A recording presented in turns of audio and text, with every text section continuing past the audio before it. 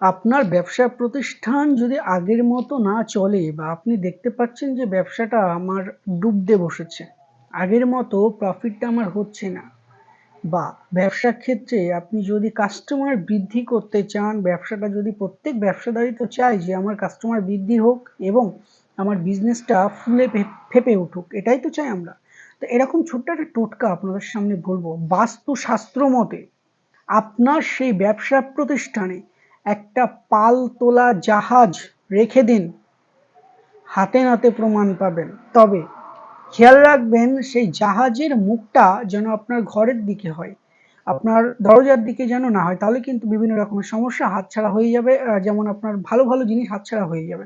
তার মুখটা থাকবে আপনার ঘরের দিকে, অফিসের দিকে।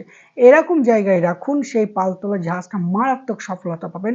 বাস্তুর টিপস কিন্তু এগুলো, দারুণ সফলতা পাওয়া যায়।